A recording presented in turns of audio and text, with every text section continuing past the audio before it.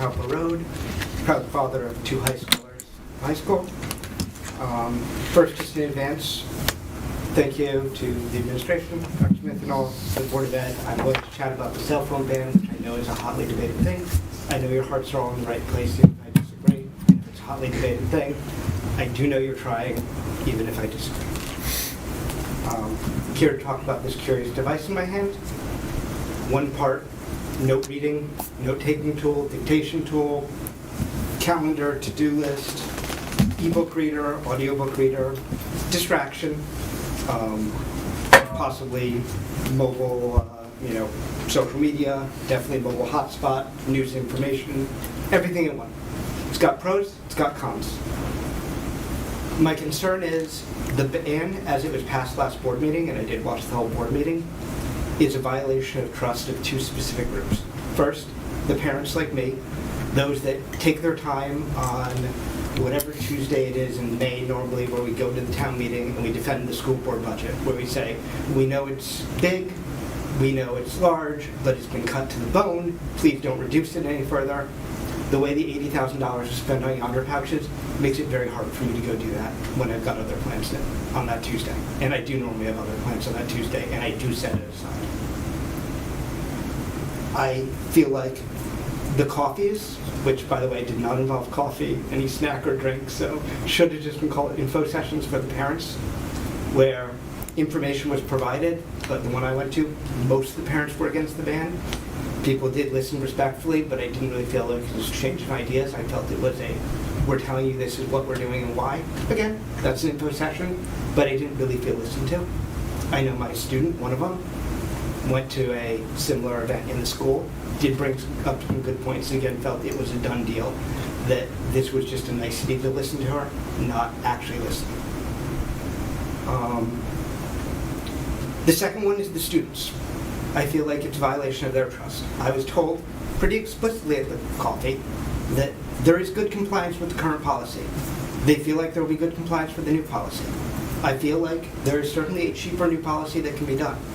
We could start with phone-free Fridays. We could tell kids, stick them in backpacks, stick them in lockers. If you want a bell-to-bell ban, that's fine. Do it the cheap way first. Bring in the yonder pouches later. Return 90% of them, save the last 10% for 3 strikes, you're out, and your phone's in the yonder pouch for a week. Another strike or 2, your phone's in the yonder pouch for a month or for the year. Why treat all our kids like little kids? Why treat our high schoolers worse than we treat our middle schoolers? Every school system I know that's rolled this out has rolled this out at middle school and then at high school. We're meanwhile treating our high schoolers like they can't handle it when we're not doing the same to our middle school. Again, I just feel it's a little disingenuous and not really teaching my child a growth mindset. Not really teaching my child how to grow and improve and learn how to handle technology without being told you must remove technology entirely. I would highly encourage you to, again, if you're going to do a ban, but do it in a cheaper way, do it in a responsible way, get community buy-in first. I also do caution the unintended consequences. I absolutely listened when you said it was between 17 and 24% of distractions from phones are during a school day. Distractions are costly. It's an electronic tether at work. I get emails that distract me from my tasks. They are costly. You can tell kids to turn notifications off. They may or may not. But what do you think is going to happen to those 24% of notifications? If you hide the phones, I will get half of them go away, and half of them spend time at night, staying up even later at night on their phone to try and catch up on whatever they're catching up on. I value my kids' sleep more than I value their distractions in school time. I make my kids put their phones away at night. They're not allowed in their rooms. I know this makes me a minority, but that's my right as a parent and my responsibility as a parent, and I feel like you're putting pressure for them to do things later at night, which might be an unintended consequence and that might actually affect education. Finally, social media is a big concern to me. I don't allow my kids to have social media yet. To that degree, they still have it on their laptops. They still are with their laptops in high school every day. They need their laptops as a tool, but you're not actually fighting the bigger problem and the more concerning problem for mental health. You're just scapegoating a cell phone, which again, has a lot of problems, but I think there's a better way and a cheaper way and an easier way to start. Thank you. Any other comments from the public?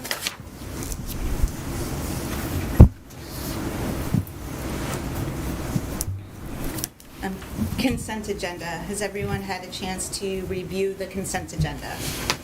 Yes. Yes. Is there a motion to approve the consent agenda? Thank you, Lori. Is there a second? Second. Thank you, Pam. All in favor? Motion carries unanimously. Superintendent's report. Great, I have a few things for you tonight. Just briefly, first, congratulations to all of you. The board has once again been recognized as a board of distinction with CAVE's Level 2 Leadership Award, so that's terrific. You've all been invited to be recognized during the luncheon on November 15th of the Cave Cats Convention in Mystic. So if you're interested in attending, just let Lucille know and she can make those arrangements for you. Relatedly, Wilton received a number of communication awards as part of the annual Bonnie B. Carney Award of Excellence for Educational Communications. In the newsletter category, the district was recognized for Bobby Rushton's Wilton Athletics by the Numbers publication that he's published twice now in the last year. In the website category, our high school counseling department was recognized for the development of their counseling hub. And if you're a parent and you're familiar with that tool, then I don't need to say anything else. It's a wonderful repository for all kinds of outstanding information for our students and their parents. We also received an honorable mention for the Superintendent's Corner portion of our district website. This Sunday, 4 p.m., you already have your tickets. At the Zioli Fieldhouse, the Harlem Wizards will be taking on the Wilton Warriors, who are comprised of Bernadette Hess, Sal Jaimo, Connor Lebret, Bella Porte, Jackie Mocchio, Jen Falcone, Jeremy Cross, Sarah Arbucci, Alyssa Peterson, Eileen Montgomery, Mark McAndrews, Alex Yastrabo, Joe Puglia, Rob Foley, Joel Jeriak, and the one and only Dr. O'Donnell. And I hear Tony Boucher may also make an appearance as a Wilton Warrior to take on the Harlem Wizards. That event's being sponsored by the Wilton Education Foundation. It's one of their major fundraisers for the year. You already know that the Wilton Education Foundation is very generous annually to the Wilton Public Schools, and they support a lot of our innovative programs through their grants. Tickets can be purchased at harlemwizards.com or at the door. And so if you're not doing anything Sunday before, I will see you there. I am keeping score. And baskets will be 3-1 in favor of the Warriors. 3 points for every basket, 1 point for every Wizards basket. Dr. O'Donnell, can you dunk? I can on Sunday. Right answer. That's it for me. No report for me tonight. Enrollment projections. We have a guest. Thank you very much. So I want to welcome Pat Manning. Pat is a colleague of Mike Zuber, who has done enrollment projections for us for years. So the format should look familiar. Pat, welcome. Thank you, everybody. It's on. It's just. It's not. There's no audio. Oh, okay. In the room. It's Got just it. Small room, so. Broadcasting. Yeah. Pat Gallagher, principal with MP Planning Group. Thank you for the introduction, Kevin. As noted, Mike Zuba and I have been doing your enrollment projections for several years now, and I know many of you have sat through this presentation before, so for the sake of keeping things brief, I'm going to just really hit on the highlights tonight and speed through some of the other slides, but happy to answer any questions on any of the information. If you can go ahead one more slide, please. We always start our process by looking at last year's model and seeing how it performed. This year, the big question was, how is the new kindergarten entry age going to impact the projections? And when we look at last year's model, that's really our main differentiator is in kindergarten, where the actual kindergarten enrollment this year was about 30 higher than we had projected last year.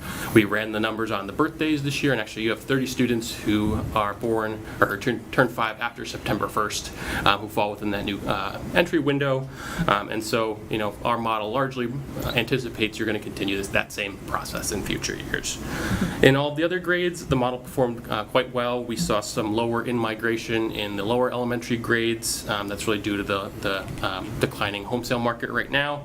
And then at the high school level, we saw some declining enrollment in 9th grade in the 8th to 9th grade transition, but offset by some higher migration in the upper grades. And so every year we make some small adjustments to the model to account for some of these changes. If we can go ahead to slide 5, I'll just touch on it briefly. The census is 4 years old at this point, but the main takeaway we saw there is that you're a community that's growing, although growing slowly. And the latest data from the Department of Health shows that trend's largely continued with stable to small declines over the last few years. So if we go to the next slide, we can look at changes by age group, and I think this is a trend that you've started to feel at your lower elementary school, especially as we see that 30 to 34-year-old population increase. Now, that's an age group that's likely to either have children in elementary school or may have future elementary school students. And that's a population that we're starting to see grow in Wilton as well as many of your peer towns, and we see that reflected in some of the larger kindergarten classes we've seen over the last few years. And if we go ahead to we'll skip ahead to slide 8, because birth trends are really one of the most important demographic indicators that we track. And again, like many of your peer communities, we've seen an uptick in births over the last 4 years. And this is again tied to that 30 to 34-year-old or 30 to 39-year-old age group. Again, most likely to have children, and eventually that'll be felt in your lower elementary school first. So our model is largely projecting that those higher levels of births that we've seen over the last 4 to 5 years are going to continue, and we have a low, medium, and high model that then feed our low, medium, and high projection. But our medium model showing about 156 births annually over the next 5 years through 2029, which we then use to project kindergarten through 2034. We can skip ahead to slide 10. Home sales are really one of the most important indicators that we follow every year because it's closely tied to migration. When home sales are higher, we tend to see more new families move into the community, and really the generational turnover of housing is really driving a lot of that growth you've seen in recent years, where you may have empty nesters whose children graduated out of the school system, selling their home to a young family. And so we saw that spike in 2020 and 2021, where you saw the highest home sales since the early 2000s. But over the last 3 years, home sales have kind of returned to pre-pandemic levels, with 2024 being very similar to the 2 years prior, averaging or on pace for about 240 sales overall. But that high migration we saw back in 2021, 2022, tied to that home sale peak, we're not seeing in the data for this year. One of the drivers of that is shown on the next slide, which is price, as well as national policy around interest rates that are impacting the larger market and resulting in fewer sales across the state and across the nation. And prices being very high right now across basically every community that we're working in is limiting some of that housing turnover that we've traditionally seen. The next slide shows housing permit activity. This is another data point that we've been tracking very closely, knowing that we do have several large projects in various stages of construction or approval. This just shows historical permits. So this is projects that have been approved and the units have been permitted through the building department. We see a spike in 2022, which is the 141 Danbury Road project, which is nearing completion and should be occupied soon. And the next slide shows several additional projects that are at various stages of approval. So our consultation with the town planner noted that the certificates of occupancy for that first project at 141 Danbury Road are going to be coming very soon, and that's going to be a project that we're going to track closely in future updates because that's going to be a good proxy for how many students are coming out of all of the other developments that are in the pipeline. We have several other large notable projects besides the 141 Danbury Road project, almost all in the Danbury Road or Wilton Center areas. Two projects over 200, or one project over 200 units that has been approved, another project with 93 units that has been approved. Both of those do have a mix of market rate and affordable units. And so price point is another consideration that we want to follow closely, knowing that affordable units tend to produce more students than market rate units. The town planner also noted that we have several projects that aren't yet approved but are in kind of the preliminary stages, including two projects with over 150 units. And typically we only include students from developments that are approved in our projections, and every year as we do our updates, if there are new projects that are approved, they will then get added to our model. So we certainly have a couple of projects that we'll be keeping our eyes on in future years to make sure that they're accounted for. The next slide shows our student generation estimates for those approved and under construction developments. These are students that we are actually adding into our model. And so we use student generation rates from ESI, who is a company that basically does statistical samples of new construction for different states and regions. And so this is using the Connecticut multipliers for multifamily units, which produce fewer students per unit than single-family housing, but given the magnitude and size of some of these developments, will have an impact. So out of the 588 units that are either under construction or approved, we're anticipating 128 K-12 students. Again, those are accounted for in our models. And then we're also showing the proposed developments underneath that. So those are those projects that are kind of preliminary, haven't been approved yet, but will be following in future updates. Should they be approved, they'll get added into that table up top and accounted for in your model. So getting on to slide 16, that is our in-migration analysis. And what we do is we look at your student database year over year, identify students whose student IDs were not in the year prior. And you'll notice that this aligns quite well with that home sale chart I showed earlier, with that big spike in 2021-22 corresponding with that peak in home sale activity. And since then, the number of new-to-district students has decreased, and you're trending a little bit below pre-pandemic levels, but not by much. And again, home sales are trending a little bit below pre-pandemic levels, but not that much. So overall, those trends are aligning quite well. We have seen a little bit more of a drop-off in the lower elementary grades at Miller Driscoll and Cider Mill. Those are trending a little bit below, while the middle and high school, it's been a little bit different. So the middle school this year is up a little bit over last year and is a little bit higher than some of those pre-pandemic years. And then the high school is down from the peak in 2022, but again is trending higher than the 2018-19 numbers. And then the next slide just shows a further breakdown by grade. We tend to see the greatest number of new-to-district students either in the early elementary grades or in transition years. So this just, again, shows kind of a proxy where we have higher numbers of students coming to the district in 6th grade and in 9th grade, and we can see just the grade-by-grade trends. The next slide shows net migration, which factors students who move in and students who move out.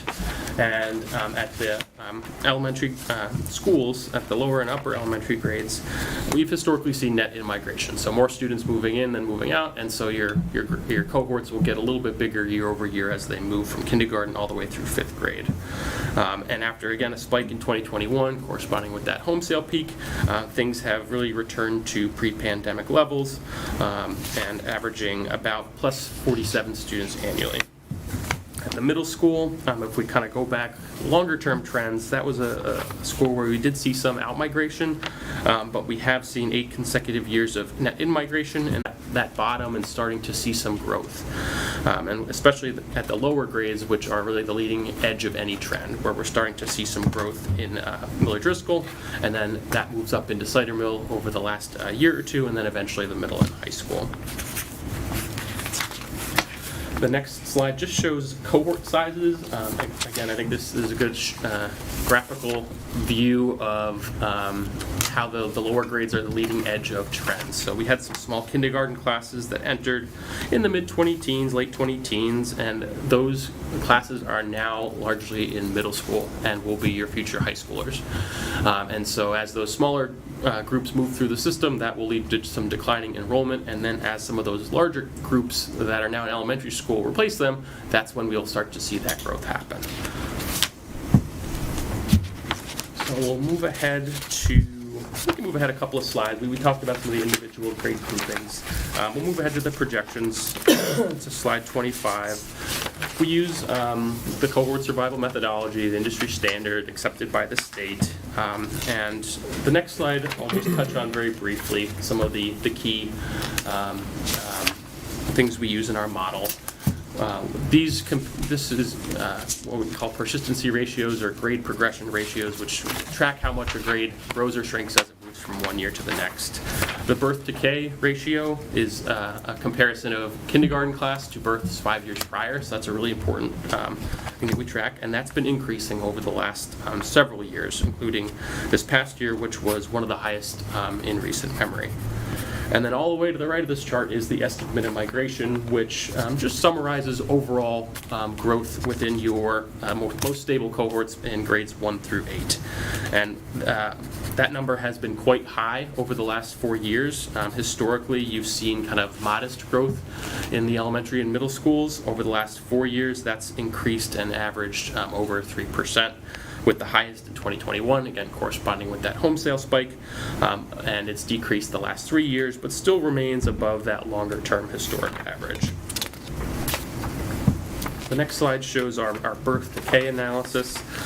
This is something that we track closely to forecast our kindergarten classes going forward.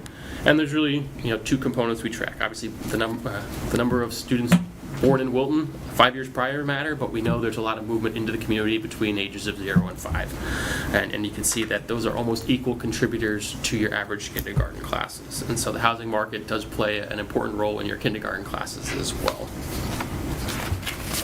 So getting into our projections, we always prepare 3 models, a high, medium, and low, knowing that there's always unforeseen circumstances that we can't forecast as your demographers, and so the 3 models allow you to have some what-if scenarios at your disposal for your long-range planning. We always recommend the medium model as most likely and most supported by all of those enrollment drivers and enrollment trends we went over previously, but the high and the low are provided just as a planning tool as you're making decisions. So our assumptions assume that pre-K is going to remain at 2024 levels, so we just roll forward your existing enrollment since pre-K is not demographically driven, since we don't have universal pre-K, and then all of those student generated from new housing assumptions are built into our model as well. Our high model is our most optimistic model, so that assumes that high in-migration we saw tied to higher home sales returns, and we see higher than average births. And the medium model is more of the middle-of-the-road model, where it aligns with more of those long-term community trends, modest births and modest amounts of in-migration, and we're also doing a little bit of a deduction on the students from those new housing units, knowing that oftentimes you have existing students move into those housing units and they're not all new to the community. And then finally, our low model, which is more of our pessimistic model, assumes the lowest births, lowest level of in-migration, and has the greatest deduction on the students from new housing. The next slide just shows a comparison of the 3 models, and an important kind of takeaway here is that all 3 of your models are showing some growth, although at different growth rates. And the next 5 years, where we're working with more existing students in seats and more known data around births, our models are quite close together, with a range of about 3,800 up to about 4,050 students, and that range widens over the last 5 years of our model, where it's being driven by a little bit more assumptions and less known data, and so the gap widens to just under 500 students. But the medium model is showing some modest growth, growing to about 3,950 students at the midpoint, and then that growth continuing, stabilizing at just under 4,200 students in year 10 of our model. The next chart, or next slide, just shows the breakdown by grade grouping. As I noted earlier, the Miller-Driscoll is always going to be on the leading edge of any trend that you see in your district. And so we're projecting some pretty modest growth in that school over the next 5 years, with about 12%, and that's on top of that growth that you've already seen over the last several school years there. And we're looking at an average of just under 930 students over the next decade. We're expecting Cider Mill to see a little bit higher growth as some of those bigger classes already in Miller-Driscoll move up, on top of some larger classes as those larger birth cohorts move into kindergarten. So that's expected to grow by about 16%, averaging about 922 students over the next decade. The middle school, where we have some of those smaller cohorts today, is anticipated to see the greatest growth by about 17% as those smaller classes move up to the high school and are replaced by those bigger classes that have backfilled into Miller-Driscoll and Cider Mill.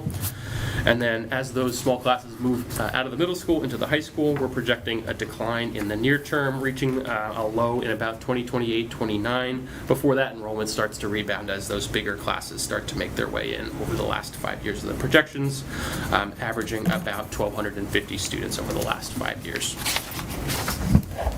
The next slide just shows the breakdown between the natural growth in our model and the students generated from new housing. So both of those are contributing to that overall projected growth under the medium model, with the new housing units adding just over 100 students, and then the natural growth accounting for a pretty sizable growth in enrollment of 300 students as well. So both of those components contributing. And then this just gives a little bit more of a detailed breakdown. I went over these a little bit, so I won't go over all of these in detail. But happy to answer any questions on whatever I spoke about or any of the slides that I breezed through quickly. So thank you.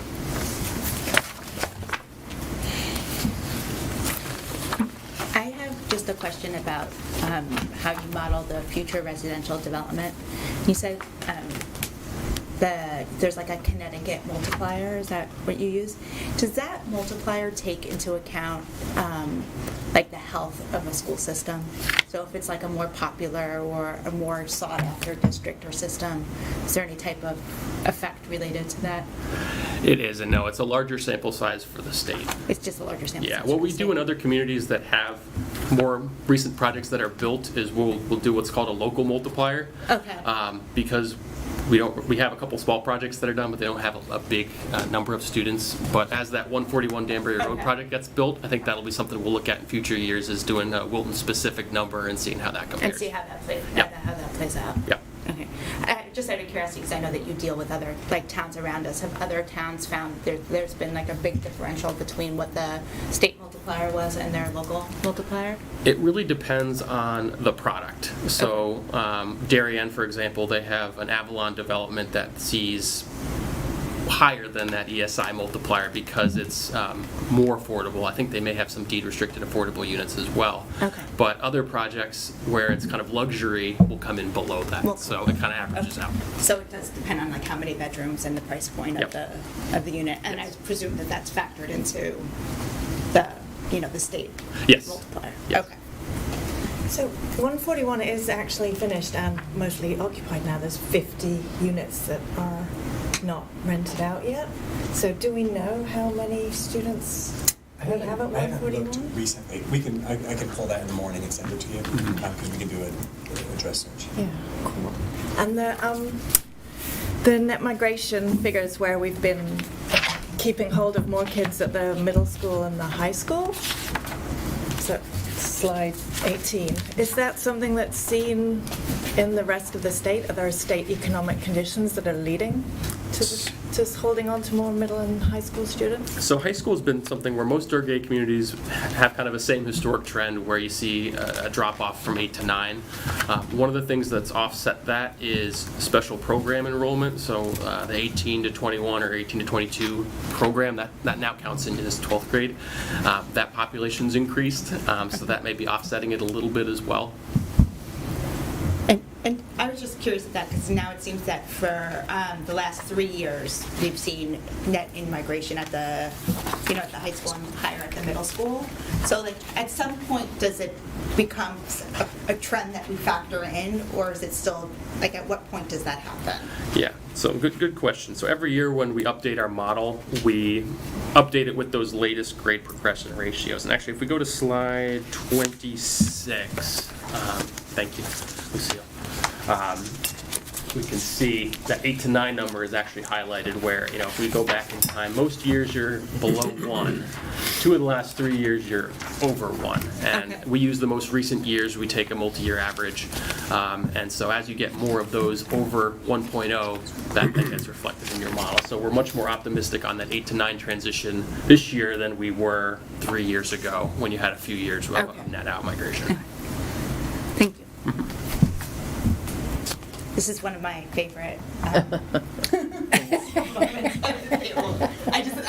It's just so well done, and Appreciate it. so Thank we just like appreciate the clarity and that it brings to our decision making. So Appreciate it, thank you. thank you. Yep. Yeah, I misnamed you. I introduced you. That's okay. I had Manning in my head, so I apologize. Was there anything, as you were putting this together, that was surprising to you? No, I think the housing market's the one thing I think we're following closely. Of when you guys haven't seen the drop off in sales that some of your peers have seen. I think you're more affordable than some of the communities on the shoreline. That may be playing to your advantage a little bit, but I think the question is the sale market going to be picking up, over the next couple of years? And I don't think we'll get back to 2021 levels of in-migration, but, is there going to be an uptick? I think is one of the things we'll be closely following. All right. Thank you, everybody. Thank you.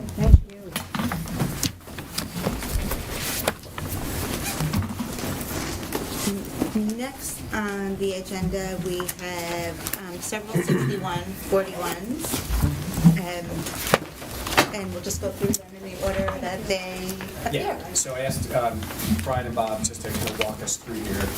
So Brian and Bob can handle the applied arts marching bands, Yukon ECE, and then Fran, we are welcoming back. Not a whole lot to talk about with the Project Lead the Way proposals, but we want to spend time with the robotics proposal. So we want to kick it off and just give us a summary of the applied arts child development proposal. Sure. Thank you very much, and thanks for inviting us to talk about them with you tonight. So the first one, I know that you had a chance to read the proposals, but the first one, Child Development 3, as you saw, it fits into a sequence of Child Development 1, 2, this would be the next one in that progression.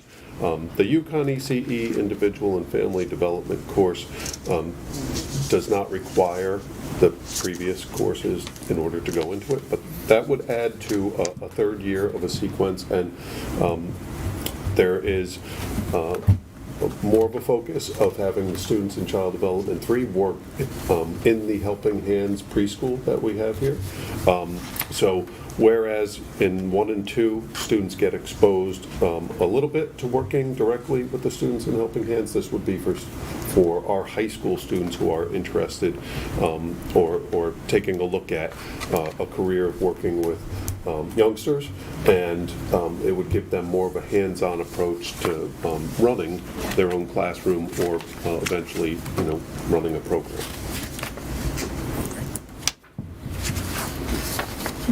So if it makes sense, I can pause right now if you have questions for this one. I was just curious about how many, I don't know if you know this off the top, but how many kids currently are involved in the sequence below it. We pack those courses, so every year we have the maximum with the space that's there. It's typically around 18 per class, and so when we have our Helping Hands, it's really the first 2 periods every day, and so we're packing in as many students as we can already. Yeah. How many kids are in the program? In total, it would be, I'd have to go back and take a No, look. actual little kids. Oh, little kids. Oh, That's a right good now? question this year, I was is going to it? say around 12. 12? Yeah, Yeah. yeah. I'll get the number, look, yeah. Is it just morning preschool or is it both? Just morning. Just morning. Have you considered doing an afternoon? We haven't considered it recently. I don't know if it would be something that we wouldn't consider, but. Just thinking if you're adding a third, and I know that kind of childcare is very difficult to come by. Yeah. So it just might be a consideration. I do know that last year we had a dip in numbers, so we were Okay. hoping that we were going to have enough to run the program wow. last year, and so the fact that we're up above 10 this year is a really good sign. I wonder if it's a matter of awareness, though. I feel like Yeah. people just don't know it's available. That's No, they a don't. really thoughtful idea. It'd be interesting to just kind of float the possibility through the community. You just. So what are the hours? Are this just a morning program? The morning program to right around Sort of noon. 9 to noon kind of thing? 11:30 typically is when you start seeing all the So it could go parents longer. line up to pick up Could all go the longer, or you little could ones do up. like you could either do a full day or you could do 2 half-day Yeah. segments. Yeah. So, I don't know, something to... That's how I We've would tried do it. Right. to publicize the appointment. We added the Friday, which was helpful. Yeah. We've typically run the electives in the afternoon, so sometimes that's the same teacher. But I mean, just on Wilton 411, the working moms group, like you see people being like, I need childcare, I'm on a wait list, I'm on this, I'm on that. Like, they're... And most preschools now go a lot longer. Yeah. Have a longer day. Right. So, I mean, maybe your enrollment is not as high because you're not offering enough Time. hours for people true. to make it viable. yeah. And we'll get the exact enrollment. We just added a couple of kids. I know that. So They increase your costs, or We've your- gone as high or you as charge them. 14 historically. I'll get the number exactly where we are right now. Well, you're It's a nice limited group to the in there. square footage of your room It's small. as to how many kids you can have. Yeah. What are the ages? What are the ages, Pam? Preschool. You're probably not 2-year-olds, so it's probably 3 to 5. Yeah. I doubt you're taking 2-year-olds, I suspect, because you probably don't have the enough people. I know my to do daughter both. would sign up for it in a heartbeat, so she's already done both.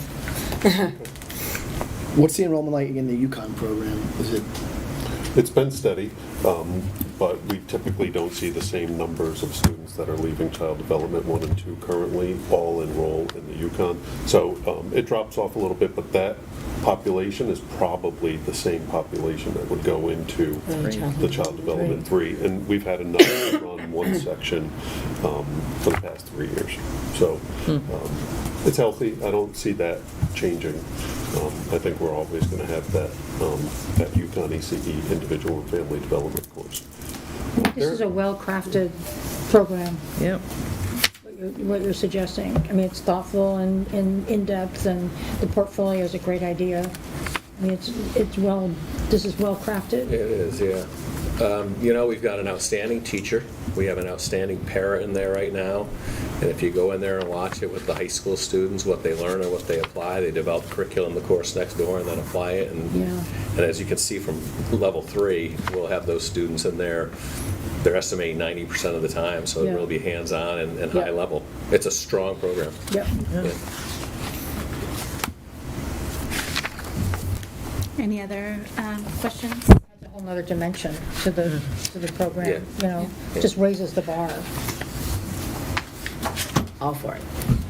Yep. Great. Okay. Marching band?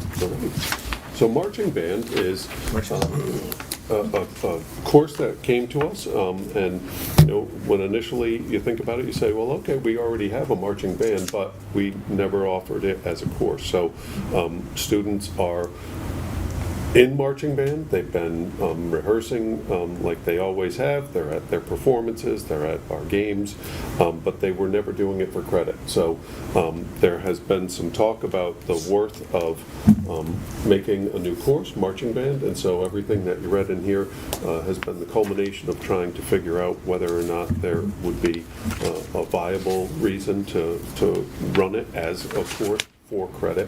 Now, I know that there were a few questions that came up before.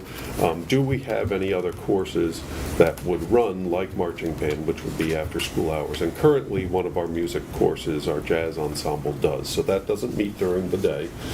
Students who are in the jazz program attend those jazz ensembles afterwards, and they receive credit for that. And that's typically alternating semesters. So marching band is in the fall, jazz is in the spring. So this would, I guess, kind of bring marching band, catch it up to where jazz is, and so students would be receiving credit and grades just like they do right now in our jazz program. But as you also saw, there are certain standards that are tied to marching band from the National Music Curriculum and Connecticut's curriculum, and so Malcolm and Troy, the ones that brought this forth, certainly see that there is a tie-in to everything that they're doing normally in their music curriculum, but now it can be specified to marching band. So what?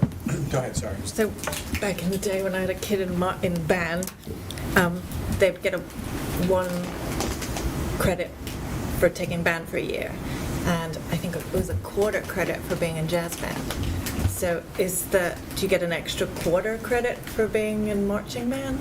It would be very similar to the jazz ensemble, yes. So it would be, we'd have to take a look at the hours, right? That's how we would determine it. So you haven't figured that out yet? Right, but it would, if you take a look at what we do offer with jazz, and then we would compare it to the semester-long classes and how long students are in there with our rotating schedule, I think we would have a decision to make. Is it going to be a quarter credit or a half a credit? So this just brought up for me kind of the whole new world of thinking in terms of, we're giving credit to kids who do things outside of the school day. Because I didn't realize that that's the way jazz worked, and now I'm proposing this. So my mind went to, well, we always talk about gym and athletes. So I just am trying to differentiate or kind of understand how, as a precedent, like how this fits in, or how it would be, how it's considered different, and something that to be thought about. I don't need a response right now, but I'm struggling with it a little bit because I know our kids do struggle with trying to get in electives or other things in their schedule. So, and talking about how, you might want to pursue an art class or something along those lines. And so I just, and there are kids that play multiple sports and spend many hours. Yeah, Brian So- and Bob, do you have an answer? Yeah. Just to be clear, this is not precedent setting. One of the things that I first learned, and I learned it from Chip Gall when I landed here, is the ethos of Wilton High School has been, for probably more years than you've been here, Bob, that they try to make things work for kids. And so some of the ways they do that are through independent studies, so kids, periodically, if they've got more things they want to do than their hours in the day, the high school accommodates that. So there's actually a long history and tradition of doing that in different ways. This is a bit novel in that, you're proposing a course, an actual course, like wind ensemble that would run outside of class. But why don't you spoke to that, and it's in the Q&A document. Oh, okay. Why don't you go ahead and just, I think it's a worthy question to answer about the curriculum differences. Sure. So this course is proposed with the standards, the music standards in mind, and, it makes sense that they're going to hit those standards with all of the work that they do, and they're going to be able to assess those. If you think about the PE curriculum, that doesn't necessarily get captured in the interscholastic sports that the students play. So whereas this is shaped around the standards and a curriculum that already exists in many ways, you're just adding on the layer of it being outside with marching band as opposed to inside with concert band. That has a much tighter alignment than whether or not the all of the different components that happens in a physical education course and its curriculum would be captured on the playing fields after school. It's not to say that there isn't overlap, obviously, but the physical fitness and competition isn't the only thing that comprises the PE curriculum. Was there a reason why it was never offered as an elective during the school day? I didn't hear the question. Was there ever a reason why it wasn't offered as an elective during the school day? Like, my daughter's in orchestra. She takes orchestra during the day. Like, why wouldn't this be something that would be offered during the day? Well, what I can tell you is we met with Malcolm and Troy about this last year. This is the model they proposed, and part of it, and this is also in the questions, they felt that if we do this way, that we could increase enrollment in music. Because we were seeing a bit of a downward trend that we were concerned about. So we listened to them. I think they know the students and the offerings and the schedule of the students and felt this is the way to go. So it was actually quite compelling, the meetings we had, and we thought, you know what, this is a way to do this to have more kids stay with music and also really give the kids who want to do marching the opportunity to do that and not require kids to do both. Because we were hearing from students, many didn't want to do marching. Right. It was sad to hear, but that's just, and as you can see in the 6141, we're one of the few standing right now still offering marching band in this area. So we think this is going to work, and we're going to monitor it and evaluate it. And we kind of held Malcolm and Troy to that. We said if we listen to this, we need to see the results. And so we believe this is the way to go right now. No, I mean, it's a very legitimate argument. One other question. The students that are in marching band, like if they were currently in that as a extracurricular activity, and they're also in what do they have to take during the school day currently? Concert band or wind ensemble, right? Or custom. So does that mean that they can opt out of being in those courses and just take this? They could. So there's the option of taking marching band, so concert band / wind ensemble / percussion ensemble. Think of all those as either any of those. So they can take that and marching band, or just marching band, or just any of those. Cool. All right. And then I did just want to add one other thing about why not during the school day. We didn't talk about it. I'll echo what Bob said about how it didn't necessarily come up from Troy and Malcolm's proposal, but I do know that even after school, we have a very difficult time finding the field or the space and the lighting. And so then if you throw that in conjunction with our PE classes and just the rotating schedule, adding something else like that would be very difficult on a scheduling basis too. So I think that those are two things that would make me shiver a little bit if we were told that. No, I think that I actually was surprised because one of my friend's sons played the oboe and she's had a similar situation, and I was like, oh, they don't do that during the day? She's like, no, they have to go after school. I was like, oh, I just assumed they have time during the day to practice marching band. So now you're saying that you can do marching band without being in regular band, and you can do regular band without marching, and you can march, so you have all the Right, or both. the choices. Or both. They have a choice. So if you're really musically inclined. You could do all. And I guess just my only other question just came from like a budget perspective.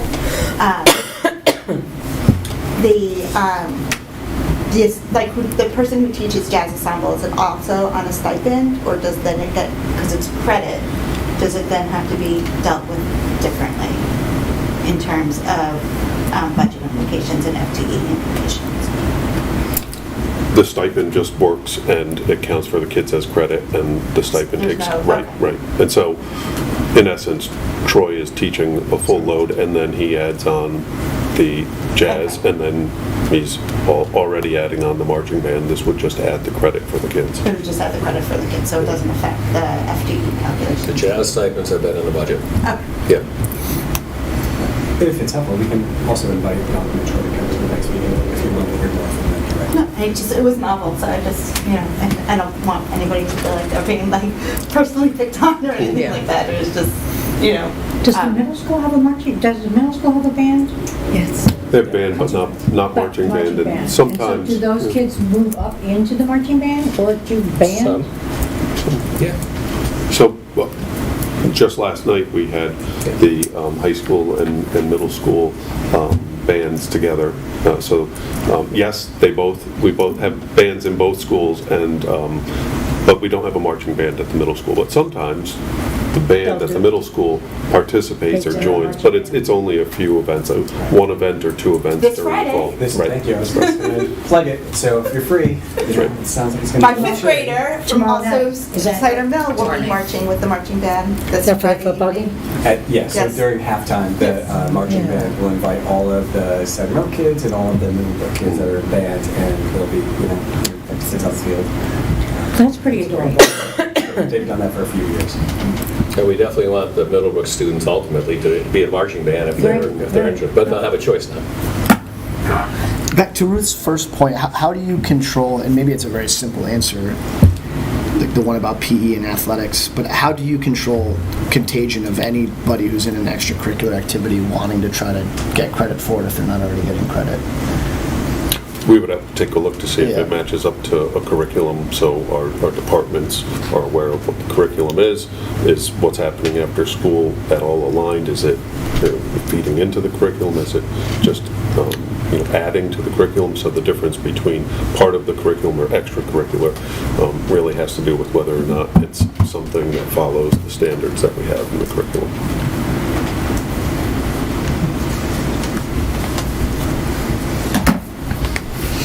Any other questions on marching band? UConn, ECE, French grammar competition. Before you transition, we have 10 students in preschool and they anticipate 2 more. So we're 10 going to 12 is the number right now. So do you lose, because of our cutoff now, do you lose kids once they turn 4 to go to kindergarten? Or try to go to kindergarten? So you don't have 2-year-olds, so you have 3, I'm assuming you have 3, 4s, and 5s in your preschool. And if our cutoff has changed, are you losing kids to that early cutoff? I'll have to get, I'll find out from our preschool teacher Okay. exactly what the What cutoff the deal- is and Yeah, where the because kids go. that changes the dynamic, that changes things in a preschool pretty quickly. But if I'm not mistaken, that just recently went into effect, but we Right, already, this year. yeah, so we saw the dip last year, and we saw an increase this year, so I don't know if we saw that as a correlation, but could we have had 15 or 16? I don't know. Yeah. We didn't, yeah. What are the hours We that didn't have you that use? many. It's your hours probably No, they run mostly, this- I would think would be the detriment. Oh, so it's not morning and afternoon No, anymore? there's just one session. Okay. It's the 3 days a week, and it's at 1:15, and then 2 days a week, it's full day. Okay. Then full day goes back. So then pivoting to the UConn ECE French Grammar and Composition course, if you remember last year, Christine Higgins, Lauren Cantor, and then Simon Bulenzi was here presenting the first installment of this course. He did a much more eloquent job than I'm going to do with it, but in essence, he prepared everybody last year for how we were starting this process. So we added the conversation course, the UConn ECE French conversation course last year, so that students could access our French curriculum but also receive UConn ECE credit. And as part of a typical plan that has been followed here with German and Spanish and now French, now there's another 3-credit semester course that UConn does offer. It's the grammar and composition one, so in typical fashion with those other languages, we bring in one course, the culture course or the conversation course first, and then we add the grammar and writing or grammar and or writing course second. So in essence, what this does is this allows our French students here at Wilton High School to continue with their French studies, but it in essence puts focus on the grammar and the writing and allows them to have the possibility for 3 more UConn credits. It's fantastic. I love the UConn, the ECE model. Yeah, it's Yeah. great, Yeah. really great.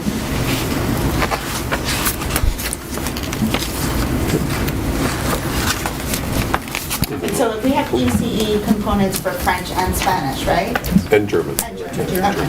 Now students have equal opportunities across, and people look ahead to what the opportunities are at the high school. Right. So this is an important move. No, I think so too, especially if you're trying to keep kids involved in French. And we saw that in the It just last, broadens the whole scope.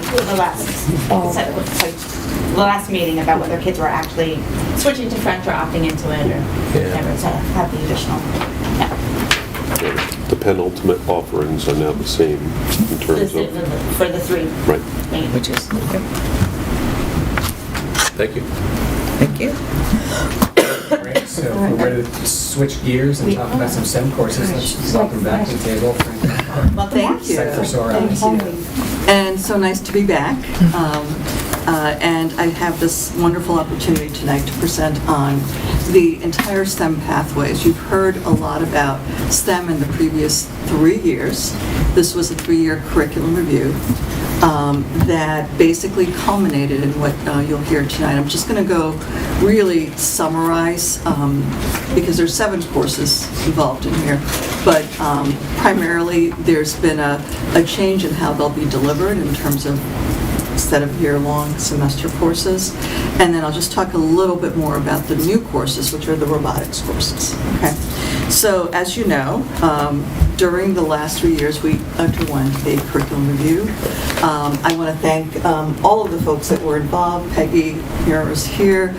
We had a wonderful group of staff, students, love the students on these committees, and parents and Board of Ed members. I know that previous members, Jen Waller, were very involved in it, so thanks to everybody. Through that process, as you know, we added an iSTEM offering at Middlebrook, and then we proceeded with additional computer science courses at the high school that are currently being implemented, an AP computer science course as well as cybersecurity. And this is the last part of it, which is essentially the engineering portion of STEM that I'm presenting tonight. So a big portion of what we spoke about through some of the feedback we got from students, some needs assessment, and just looking at curriculum, was the fact that students were having a really hard time fitting these courses into their schedule. The primary courses, the Intro to Engineering Design, the Principles of Engineering, as well as the Aerospace, were all year-long courses. And what students were telling us is that they had to choose between, say, being in band and taking a STEM course. And obviously, as we talked about it, the importance of STEM in today's world is becoming more and more critical. And we do want our students who really are wanting these courses to be able to access them.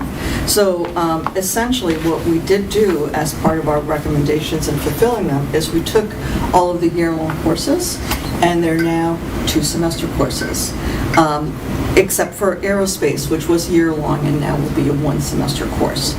So as a summary, Introduction to Engineering Design 1 and 2, which you have a 6141, that is Project Lead the Way.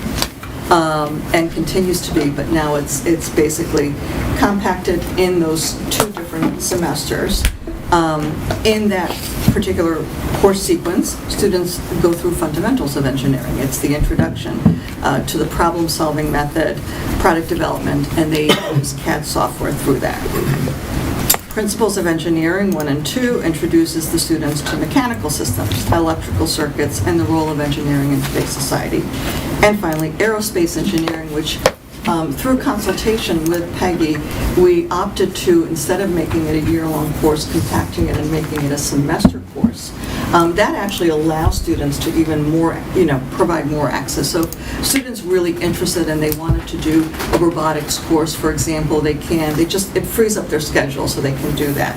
And that sounds like a lot of fun, Peggy. It includes flight, aerodynamics, space exploration, etc. So careers in aerospace, that's a lot of fun. So that all will help in terms of what we're trying to actually achieve, which is to provide more access for students.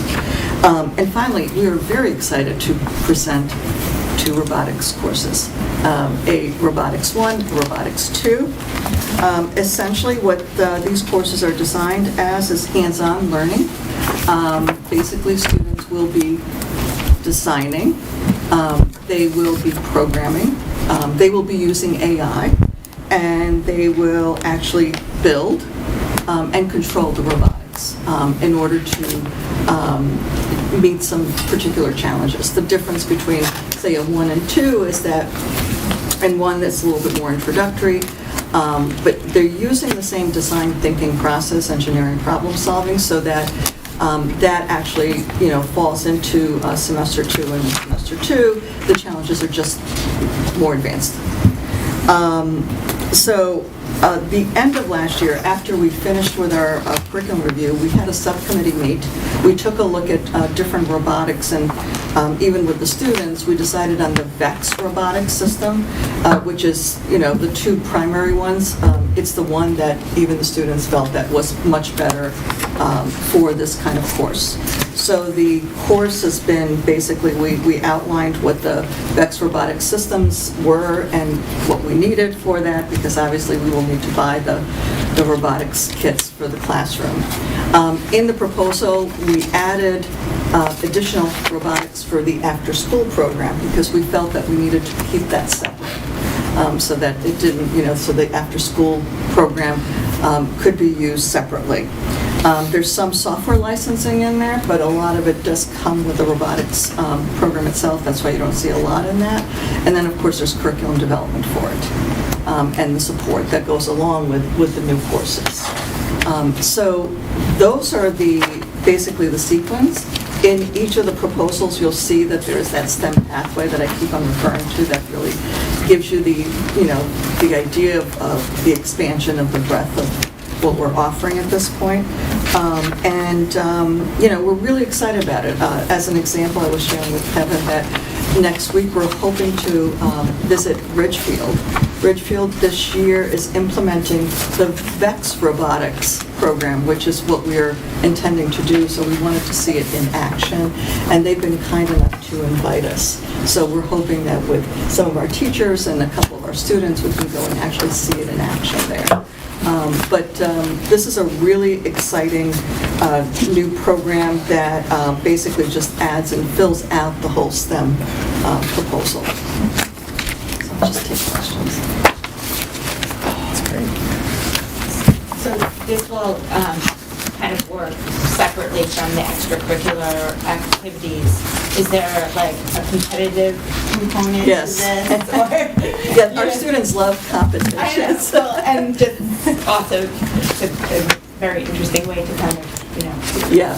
So in robotics, there's like two primary, there's FIRST, I don't know if you've ever heard of that one, and that one we determined was not the best way for us to get into it because it's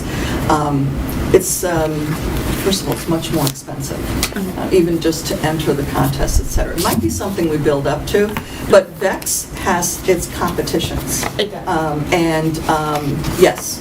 And there are a lot of districts that have gone VEX and are, involved in the competitions. You don't have to be in the course in order to do the after school. It's just helpful because you get the basic skills. so they do kind of follow the same kind of standards or curriculum, but they're That's two correct. separate pathways. That's to correct. pursue, but both can give you the same. The competition will be with the after school Okay. group. Yeah. Any other questions for Karen? It's great.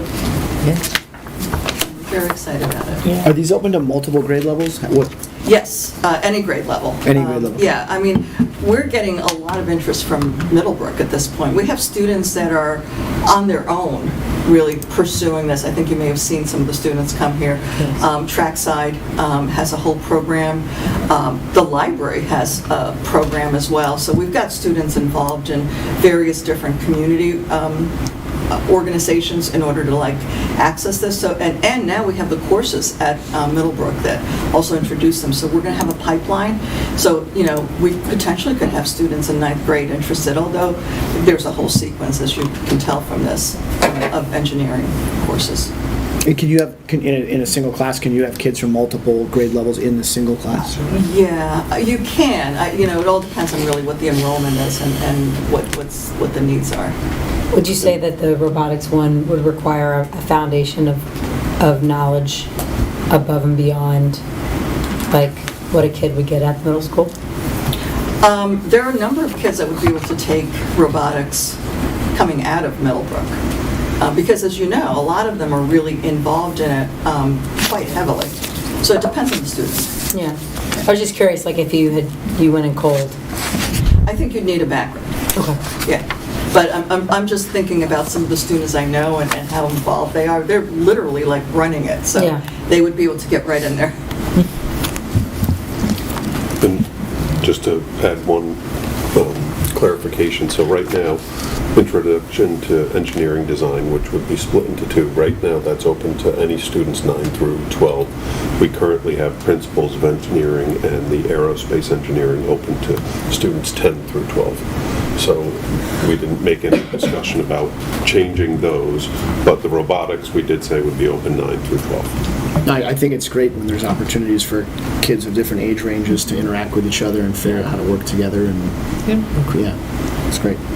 I just had a question that I asked in an email earlier about there are other classes that Project Leads the Way offers, and one of them is civil engineering and architecture. I was wondering if there was any plans to run that or think about offering that in the future, or how you decided upon aerospace and not civil engineering?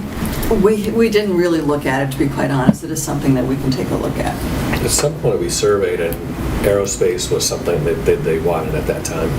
The students? Yeah.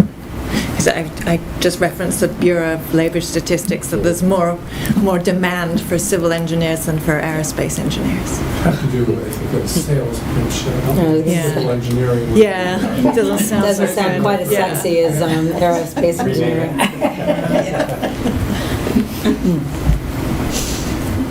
Any other questions for Fran? I was just taking another question that came in yesterday was just about how the admin team and the ILs get together and you guys talk about different course concepts and just how courses land here and decisions are made. So I was taking Yes, I think what we've done well in recent years, we created what we've called a curriculum visioning document. That's what I was looking at actually when Dr. Smith came over a little bit earlier. And I think I've said to this board previously, we really, we have met the goals in recent years. So it's like a visioning document where we get together, you've got all the administrators and all the instructional leaders who are really, quite astute content area specialists, and they tend to have a vision. They tend to know our students and what's on the horizon. They go to conferences. So, we get together and we talk about, okay, what are we doing right now? What can this look like in 5 years is really kind of the window, because so much changes. So they get the documents on the visioning document, and then we have really multiple conversations. So, for example, this year in the IL meetings, there's been at least 3 conversations, right? And you have to launch it right at the beginning because we know the timeline here, right? And we're working back from that. And to Chuck's credit, we've been sticking to it and starting earlier. So we get together and we say, which courses are ready to go the way I described, which ones are ready to get off the runway here this year? Are we still thinking this way? And it's also really good for the individual ILs to hear from the others, what we're thinking. So you got a concept of curricula really across the school. And so that's essentially how it works. We look at the proposals, how viable they are right now. There's a lot of lenses you look through. There's a budgetary lens. There's an FTE lens. Mainly, we're just focused on students and opportunities. And then, as you know, at one point, I think Dr. Smith asked me this. We've been averaging maybe like 5-6 courses a year recently, and have really increased student choice in curricular areas. So it's a good collaborative effort. There's a lot of expertise to the table, and the IL expertise. And I think, in addition to the work that Fran's doing, we're bringing some really visionary courses to our high school, and we're proud of that. And the instructional leadership team is proud of that. So it's very collaborative, and I think it's good visioning. And we continue to reference that document. Again, where are we going to be next year, 5 years out? And we've been successful with it. It's a summary. Yeah, I appreciate it. And just from 10,000 feet, what I would add is when you go back and look at, across the board, some of the new courses that have been offered in recent years, what the high school has been able to do is really create or lengthen pathways in particular areas of study. So the French course that was proposed tonight is another indicator if kids want to extend their study in French. Before Fran was here, we had a computer science course, but we didn't have a computer science pathway. We certainly didn't have an engineering pathway, and now robotics is added to that. And so, for students who come to us who have where they know they want to go, we can help them along, and that is consistent with the literature, around curriculum development and secondary schools today. So, kudos to all of you who had a hand in developing that. I actually have a quick question. So, knowing that these are pretty novel, I would say most high schools probably don't offer these kind of classes. Maybe some of them. When it comes to guidance on curriculum and standards, what is out there? We've been doing a lot of work with this. I've been really working with Ed Advance as well. We had ASML basically join us for our meetings as we were doing our curriculum review. We've had a lot of outside kind of expertise to help us along. We also last year visited Glastonbury High School that has an amazing STEM program and lab. We went for the facility, looked at the equipment, looked at the kind of classes they did, and what they did in terms of the curriculum development. But the folks that we're working with at Advance are actually the ones that are now rewriting the state standards for technology education, so they really know their stuff as well. So we feel really good about where we're going, and we like to be up front. We really like to be in front. So of, if there's that, I think that's great. So they're setting the standards, but is it really up to the teachers to design? Oh no, that's part of the whole curriculum development program that I think I've outlined. The time for curriculum writing for the teachers as well as support. Great. Yeah. Thank you. It was great to have you back. Thank you. It was great to be back. Thank you, Fran. Fran will be around. She's, got a couple irons in the fire with us this year. It's a real pleasure. Thank you.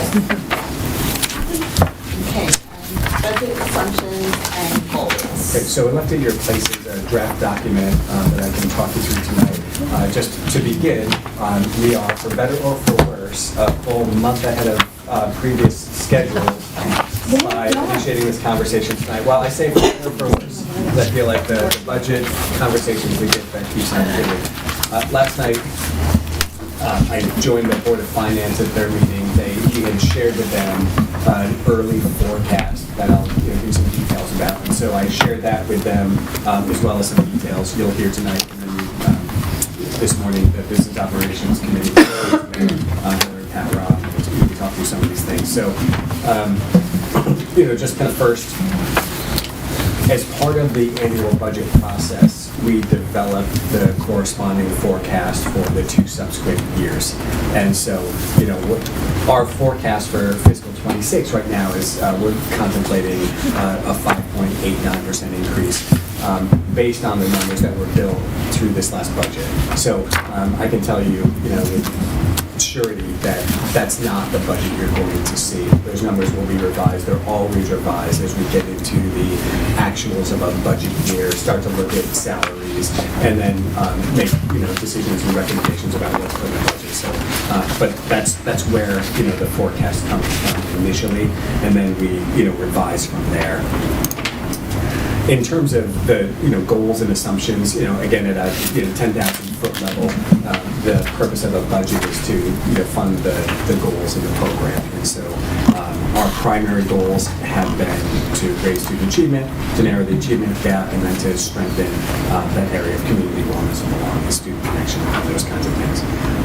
In terms of how do we do that through a budget, we've had long-standing commitment to I think modest class sizes, so I'm proposing we continue to maintain those class sizes. In recent years, we've had a serious commitment to adding and then maintaining the mental health FTE and then supporting the continued development of both the social emotional learning as well as trauma-informed practices, particularly coming out of the pandemic. All of that is certainly underway. I think of programs like the DPT skills program that we've run in recent years that have been so successful. On the continuous improvement professional development front for the last couple of years, we have been really focused on looking at instructional tasks and then trying to strengthen capacity about ensuring that instructional tasks are both on grade level, inviting, engaging, and so on. We have a strong commitment to developing our portrait of a graduate. While that doesn't have serious financial implications from budget to budget, it does have some through professional development through time, through curriculum updating and so on. And then, as you just heard, continuing to fund STEM initiatives and developing other opportunities through living courses proposals that we just heard. Beyond that, we've maintained a commitment for a long time to professional learning. That's one of the reasons teachers come to us in Wilton is because we have a robust professional learning program, including our instructional coaches, the time that we commit to training and so on. And then to get more specific, we have a particular set of budget concerns, which I kind of named here. The first one, which we talked about last year, is around the rising cost of special education in-district transportation. So the good news, our Community Steps program, our Genesis program are healthy, they're robust. We have a growing number of kids in those programs. We've added some staff to those programs over the years, and kids are very successful in them. We are still, if you kind of step back a few years, when we didn't have these programs, kids that would have otherwise participated would have been outplaced.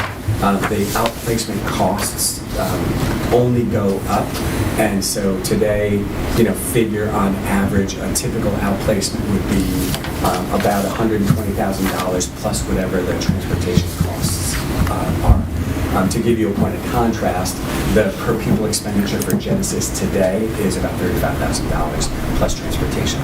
So our in-district transportation costs, because there are more kids participating, have grown. And so what that looks like, STA doesn't have capacity to run small vans to manage all of the in-district, whether it's here around the community or our special education transportation and taking kids off-site to other educational programs.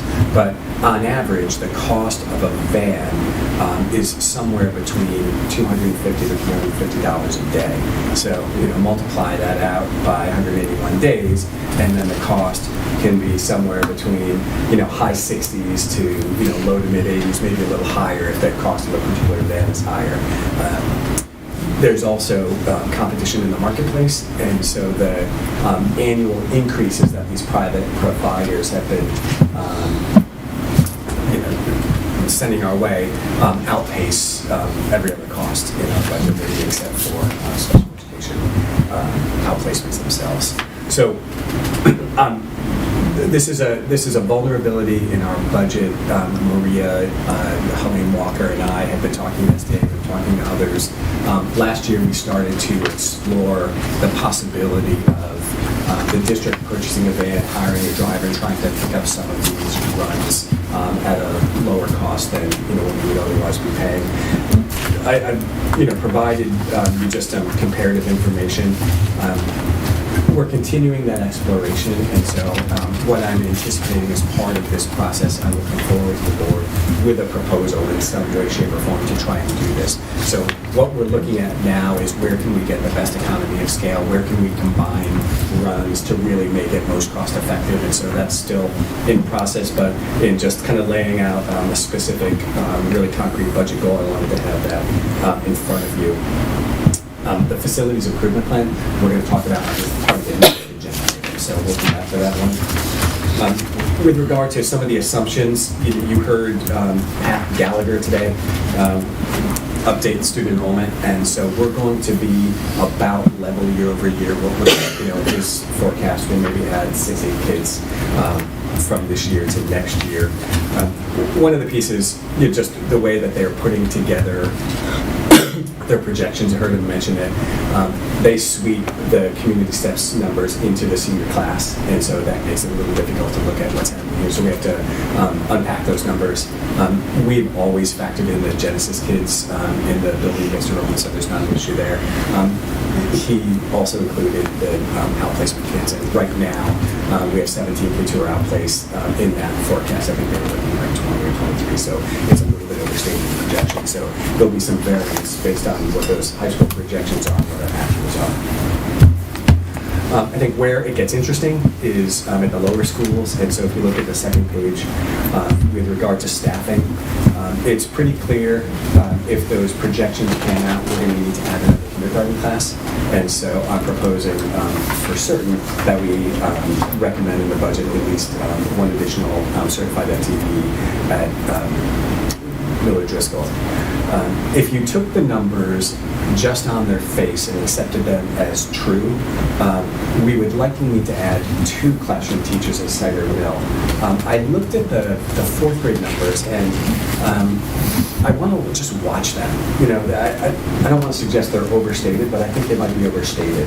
And so what I'm going to be recommending as part of this budget is we add 1 additional FTE at Cider Mill, but we be prepared to add a second one if we need it. So I want to plan for 1 and then set some money aside in the salary line in case we need to add a second one, but I don't want to make that decision until we know we're going to need it, which will probably be sometime in June or July of next year. Make sense? Yeah, just for clarification, so you're proposing for next year, kindergarten would be 14 sections, and currently it's 13? Correct. And for grade 4, currently it's at 12. And you're proposing going to 13 and holding money for 14? That's correct. Okay. Right, and then you can look at the class size averages, right? So if you look at, if that 304 number bears out, then it would be the 14 sections that give us the average class size of 20. So the 21.7 is based on 14, not 13? Yeah, correct. Okay. And I'm just, I went back and looked at the history And so, I appreciate the optimism in the enrollment projection, but for this school, I just like to take a bit of a wait and see at that grade level. Also, I think that the high school, we're not anticipating a major change in enrollment, and so we'll have to look at the courses and sectioning, but we may need to add, some amount of staffing to address the robotics class. So that's something, too, that we'll just keep an eye on through the budget development process as, Bob and his team work through the course selection and sectioning process. We've baked into the assumption already the restoration of the .4. So you'll remember 2 years ago when Fran semi-retired, we took the opportunity really as a cost savings measure in the budget to reduce her position from 1.0 to 0.6 because she was stepping back to part-time anyway. That's a full-time job. It needs to be a full-time job. Bill right now is running at 0.6. We need him to really do the work. And then we should just anticipate, I just signed an authorization to add a special education paraprofessional for a student that needed to center from. And so this will be a budget correction. So that'll be added going forward. Yeah, so that's one of those areas, and this happens. This is fairly routine where these kinds of things feels like almost annually where people get new winter shifts in student needs where we don't budget for a pair, but we need to add one, and then the budget takes a catch up. And so I'm just flagging that for you now. In terms of some of the other just pieces of information, we're anticipating that the salaries for the certified staff will increase at about 4%. Marianne updates the teacher experience grid every year, so we'll be able to tell you based on current actuals what we forecast that to be in a couple of weeks.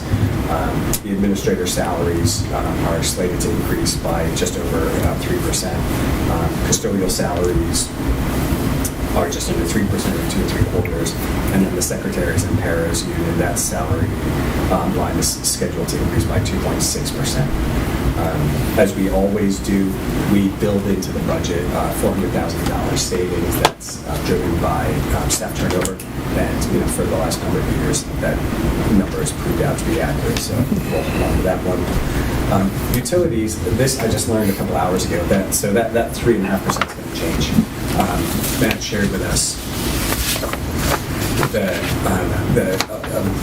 the contract for electricity that he signed is good through December and January, but then we're anticipating across between the town and the board that I think he said a $250,000 increase in electricity. 85% of that will be ours.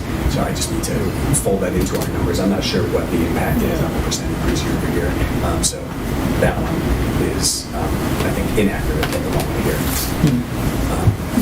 If there's good news in some of these costs on medical insurance, we're anticipating cost increase somewhere between 5 and 6%, which, again, just if you go kind of look around, other districts have been hit with double-digit increases in recent years. 2 years ago, we made a good decision to switch from AFM to Cigna. In addition to stable claims rates, they offered a bunch of rebates that we've been able to take advantage of, and so those rebates have lowered the cost of administrative fees. So that's helped us.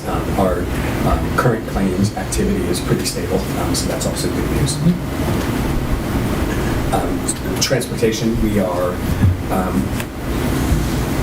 going to renegotiate a 5-year contract.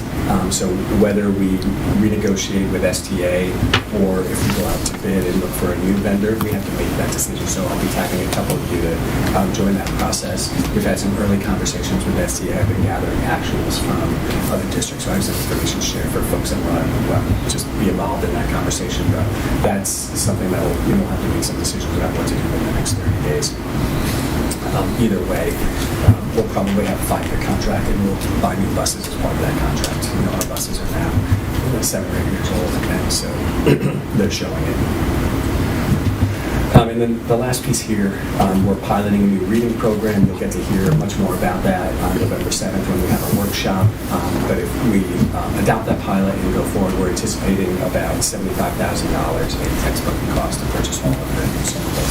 So that's something we need to prepare for. I included this last year for you, just thought you'd be interested to know. We do have pockets of revenue in our budget, and so you can read that at your leisure. And then just a couple of the uncertainties. The cost of outplaced students is always a budget uncertainty. Last year, we had kind of the double misfortune of having a slightly higher number and having the state underfund the excess cost line, and so we lost last year $300,000 in excess cost reimbursement. We factored that into our budget. We're anticipating that we will get what we budgeted for this year, which is just about over $1 million. What we can't control is the number of kids that need to go out. Right now, we're in a very good place. We have 17 kids who are outplaced. That's the lowest number we had in all the years I've been here. When I first got here, we had as many as 33 outplaced. So yeah, so I think you're seeing a couple of things. There was we ran high back in 23, but you remember we had half a dozen kids who had those serious mental health concerns that required hospitalizations. So the numbers have tapered since then, and we've had for the last couple of years the highest concentration of kids that have had been on outplacements have been high school age, and so they've just phased out of our system. So we're not replacing those kids. So that's a testament to Andre and our staff and the programs, including Sense of Genesis that we've created over the years. So that's a really encouraging sign, and potentially a budget saver if we can keep that number about where it is. Kevin, did you say that we're expecting 100% reimbursement from the state? I would never say it. Okay. That would be a gift. No, that would be a miracle. I figure, but I just typically, so in a given year, we have gotten on a high end about maybe 80%. So go back 3, 4, 5 years. In more recent years, excepting last year, we've been in the 70 to 75 range. I can't remember a time when we were ever below 70 until this last year, and that was a change that kind of fell out of the sky when we learned, so I forget sometime, not quite a year. Right. About that change. So my understanding today is that we should get about 70% reimbursement again. So we've held that number in our budget at about $1 million. So it may wind up being, if we get a little bit more of that, it would be favorable for the budget. So we think the state fixed their calculation errors from last year. That is what I'm told. And then the last uncertainty here, as you well know, are just the unbudgeted facility repairs. So the good news is we're moving forward with some projects. We're going to talk in a second about the Middlebrook HVAC replacement. But some of these things are at the end of their lives, and they require a lot of babysitting. And Jose and his team babysit and hold the breath sometimes. And so this is, if one of these things goes down and we have to replace it outside of the planned cycle, then we have to confront that, and we have to confront it. So that's a vulnerability that we have. So any comments about those? I describe this as a discussion draft. We're early, and so there's plenty of time to think about it, dive into it, and come back with feedback. Just so you know, Kevin also left for us. This was what the Board of Finance did at their meeting last night. So it's our budget projections, Board of Selectmen budget projections, and then early mill rate model and calculation that Matt runs with the caution and caveat that while we had numbers that were solid, but also know that they're moving, I think there was less certainty with some of the Board of Selectmen numbers. So we should take all of this with a big draft. Yes. Yeah, it's preliminary. Preliminary. Thank you. That's the better word. You were close. Yeah. But it is helpful. All right, so just moving on to the next item there, just the facilities bonding priorities. So a couple things for you. First, Jeff, for your information, so this is the spreadsheet that Jeff Pardo put together based on the facility studies from both the Board of Ed and from the town. And so he's looked at those projects, and they were categorized as priority 1, 2, and 3, and he has kind of scheduled them out over 15 or so years here. This is not a commitment, it's not a contract, it's just, it's a beginning place for discussion. So I wanted you to have that so you could see the full scope of the projects across both the town and the Board of Ed. And then the regular 8.5 by 11 document, there are really just kind of three pieces I want to talk to you about. The first is the Middlebrook HVAC project. So that was bonded in this current year in fiscal 25. And so the planning work is underway for that now. I had a meeting with Jeff and Jose and the engineer for the project yesterday. So the engineer has a bit more specification work to do on the chiller and then the rest of the design work. And so he's anticipating having that in the next couple of weeks. Once that design is finalized, it'll go to the Board of Selectmen for approval. Once it's approved, then POs can be issued. That matters because I'm told by these guys that these chiller units take 40 to 50 weeks to deliver. And so this thing's not going to be, on site until maybe April of 25. Like we got that, is that right? April 26. April 26. Maybe. So what does that mean? So beginning this summer, he felt pretty confident that we do all the other stuff. And so they'll come into the Peterson wing, they'll tear out the ceilings, remove the pipes, remove the unit ventilators, do all of the replacement, replace the ceilings. Along the way, we want to replace the lighting, and so put in the 2x2 LEDs that we have everywhere else. We want to paint all those classrooms. We want to finish the flooring. And so the flooring is the corridors on the first floor, and then classroom corridors on the second floor. And so if we can get all that done, then the only thing that would be left would be the work above the roof when the chiller actually lands. And so would they just hook up to the old chiller and sell the new one around? So that's a question, right? So he didn't know the answer yet. Best case is that the pipes they would put in would be able to run both the old chiller while we need it and then the new chiller. If that's not the case, they need a plan B, and we had a discussion about that. So that's could be a potential going into, conceptual timeline as I got yesterday. So it's really 2 more years of like babysitting the system. It is, absolutely. Yeah. That's where we are with that. The good news is, money's there, plan's moving along, right? So we're a year better than we were a year ago. Any questions about, and I'll just, so there's, quite a bit of work to do once we get through the design specs and the approval, and then we'll really, commit to plans, timelines.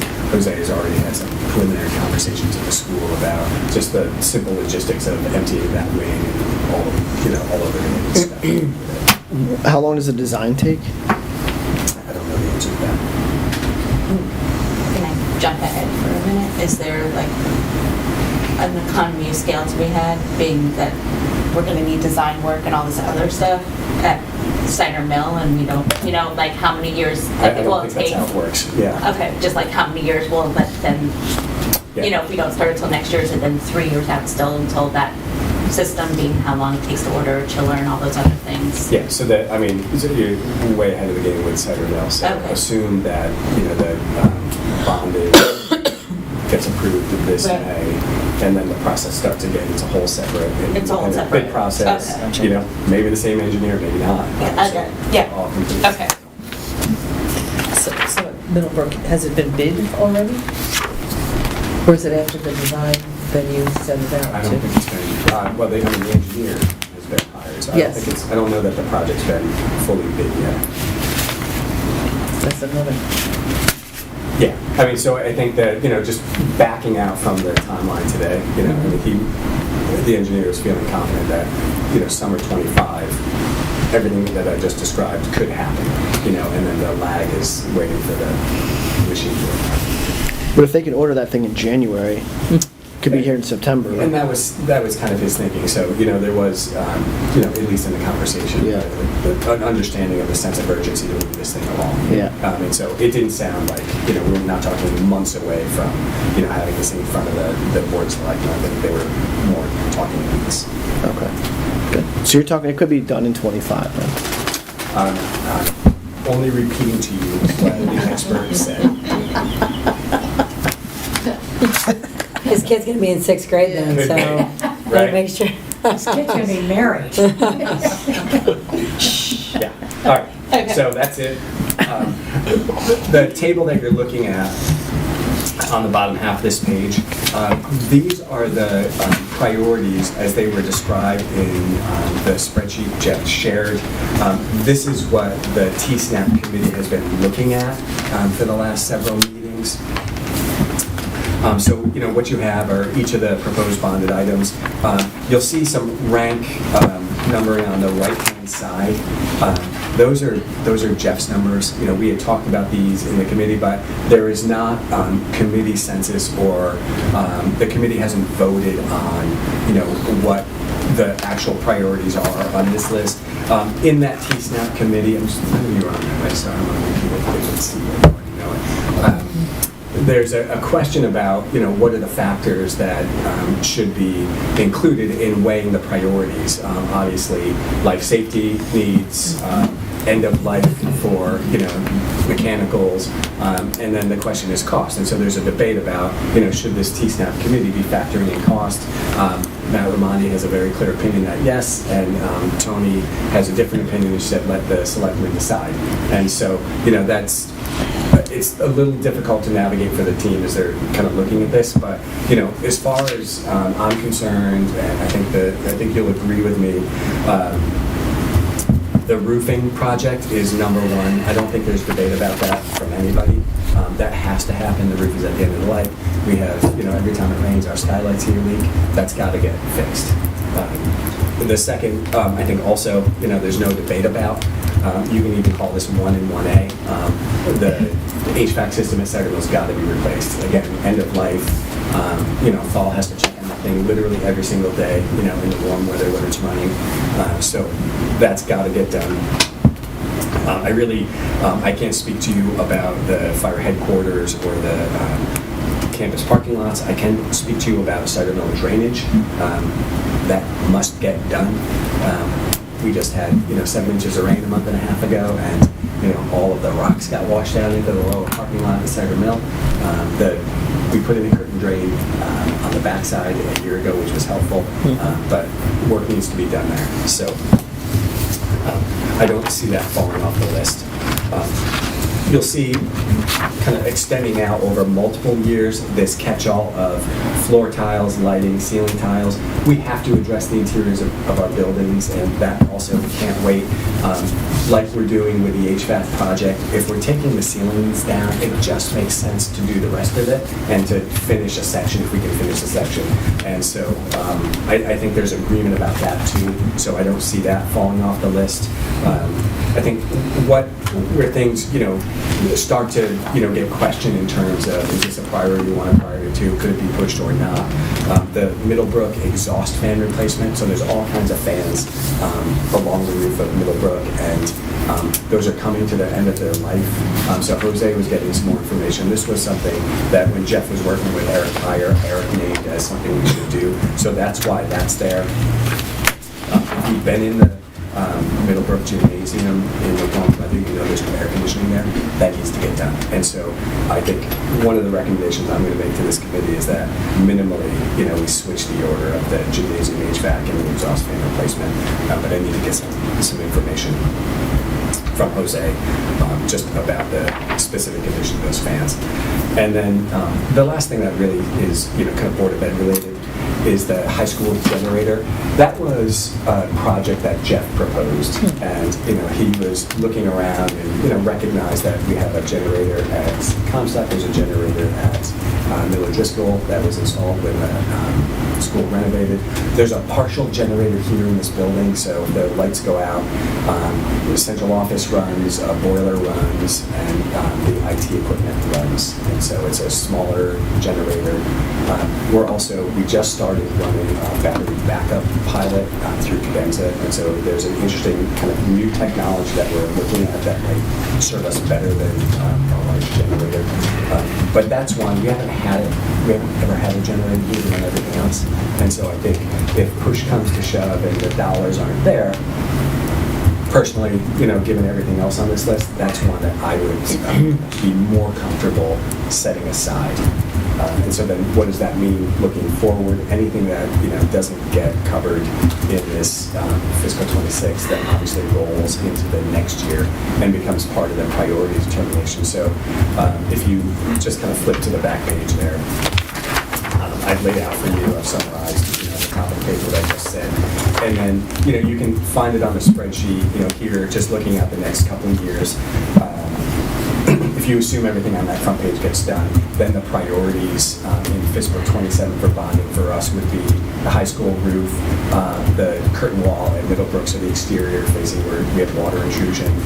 Same at Cider Mill, there's water intrusion, some of the plumbing is cracking. And then, addressing the interiors of flooring, lighting, ceiling tiles, painting, etc. Beyond that, looking for the third year out, 28. A section of the Cider Mill roof needs to be replaced. Windows at Middlebrook, the exterior sidewalk stairs around Middlebrook, air handlers, exhaust fans, some insulation at Cider Mill, exterior Cider Mill, and then more interior work. So those are the priorities looking out over 3 years. There'll be lots more to talk about as we kind of move to those years, but kind of, in a nutshell, those are the kinds of projects we're looking at right now. So for this year, we're looking at the high school roofing just over the library, so just out in this area. Yeah, and then the following year would be the remainder of the... Well, we've been involved in a multi-year roofing replacement project. Okay. And so this roof has been done. A section of the primary roof has been done. Okay. So we're cycling our way. Correct. Okay.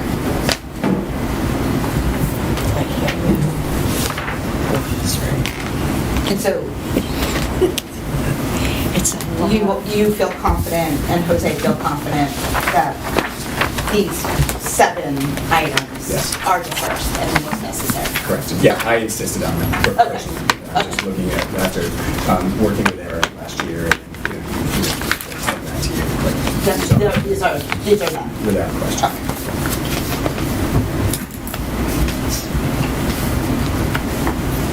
Okay. Does the TSNAP committee have a timeline?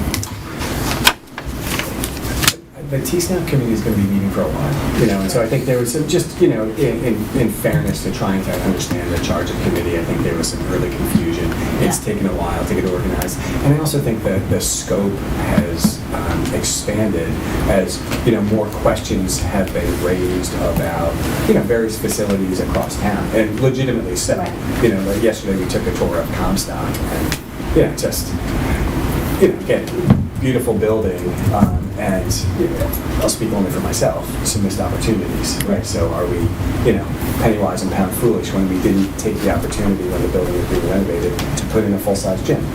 The front section of the building facing School Road is completely undeveloped, right? There's no HVAC system. Steve said there's some heating in there, but I mean, you've got 2 rooms that could be classrooms or multi-purpose rooms, but there's no interior fixtures.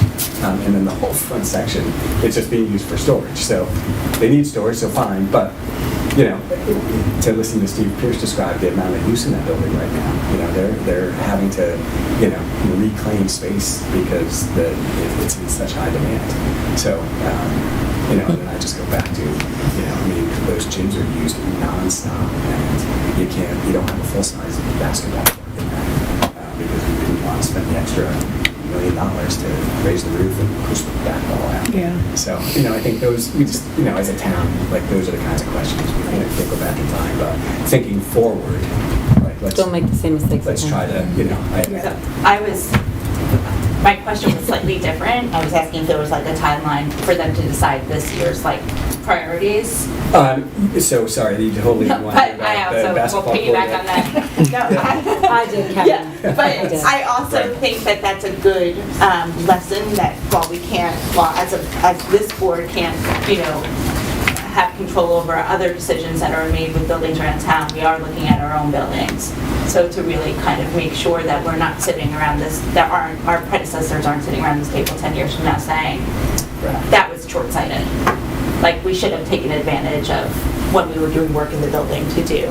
Yeah, so I think, XYZ. to answer your question, without committing to a firm timetable, there is a firm expectation on the part of the Board of Selectmen that the TSNAP committee will deliver a set of recommendations in advance of their, setting the bond schedule. Okay. And so that will certainly be part of the budget process. In the meeting yesterday, Bob asked if the committee would come to a November meeting, and so I think there was some question, is the first November, is it the November 19th meeting, and just provide an update, whether that update includes consensus recommendations, I think really is dependent upon the committee, what the committee can agree to or not. Kevin, I mean, the first, up until the last couple of weeks, I think it was, the committee seemed to feel like their priority was what was going to need to be bonded next year. Like, figure that out first and then go from there seemed to be... And that's true. I wasn't at last week's meeting or this week's meeting, but yeah. Yeah, and I think this is, again, I'll just only speak for kind of myself and, just participating and watching it unfold. I think the question about, a potential funding ceiling is an important one, because I think there's some uncertainty about what should be recommended, and then if there are things that aren't recommended, those fold into the next year. And so I think, to your point, the committee's got to settle on 26. They got to come to an understanding about whatever funding threshold may or may not exist, and then turn its attention to prioritizing the next year. And obviously, there may be a cascade effect. And that, also, right. I think, simply because the committee makes a recommendation doesn't mean the Board of Selectmen will, include everything on its own list. Like, this will all be part of the budget process. So, we should fully anticipate circling back and making some adjustments. If the bonding proposal doesn't match what the committee recommends. So you've come up with or TSNAP, maybe, correct me if I'm wrong, has come up with a total bonding request of 11.44 million for the 26 year. So this proposal, this is not what TSNAP is recommended. These are the priority one proposals that Jeff pulled from the various pieces. So then it has this to... is what they're looking at right now. And then the Board of Finance has to decide if we can bond for that much money? The Board of Finance doesn't. That's one of the Board of Selectmen sets the potential appropriation, and then it goes straight to the town for appropriation. So the Board of Selectmen have to decide how much they're prepared to bond next year, and there's no answer to that question yet. There's no commitment. Okay. And there wouldn't be. Like, that's, we can talk to our former selectmen. Right, that comes pretty late down into the the... road. Yeah. But we know that they have forecasts and they have an idea of what Yes. is coming off the books. Like, that's been a lot of the discussion, is like how much debt's coming off the books and how much can we go bond without increasing our actual amount of total bonded And that's in debt. Matt's Yeah. presentation. He's done an effective job of providing an analysis, and so you can look at all that. And so I think that the questions are just looking at bonding. Do you want to keep the total bonding requests flat year over year, just fill in the space of things that fall off? Do you want to raise it? And I think that's, given the magnitude of all the projects. That's a big question. Yeah. Very. Yeah, I think that's what we spent the first 3 or 4 weeks of TSNAP arguing about. Are we trying to solve for 15 years, or is it 1 year at a time? And I think there hasn't been a full conclusion, but any regular human brain can anticipate 12 months better than 15 years. Going out 12 years. As much as you want. You're on the committee. Yes. Good job. There's many others doing a lot more work, but it's been an interesting conversation. Yeah, I bet. A lot of different interests, rightfully. Yeah. Any other questions on the facilities?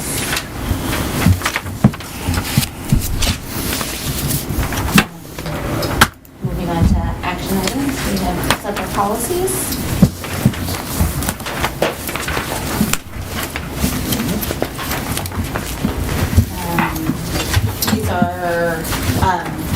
second reads. So we will move through them one at a time and just call for a vote on each one, if that works for everybody. So first up is policy 411.3, minority staff recruitment.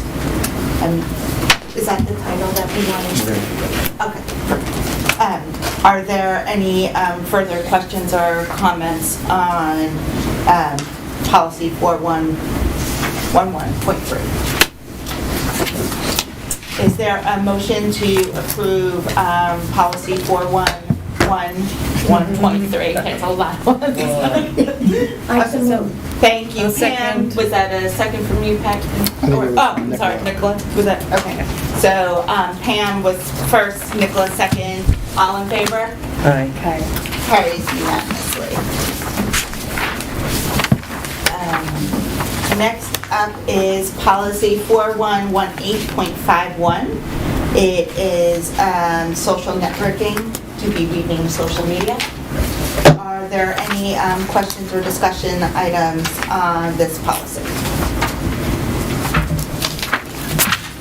Is there a motion to approve policy 4118.51? So moved. Thank you, Pat. Is there a second? Thank you, Heather. All in favor? Carried unanimously.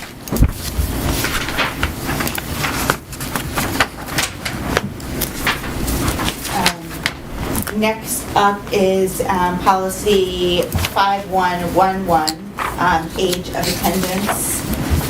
And this is conformed with recent changes in statute. Are there any questions or discussion on the age of attendance policy?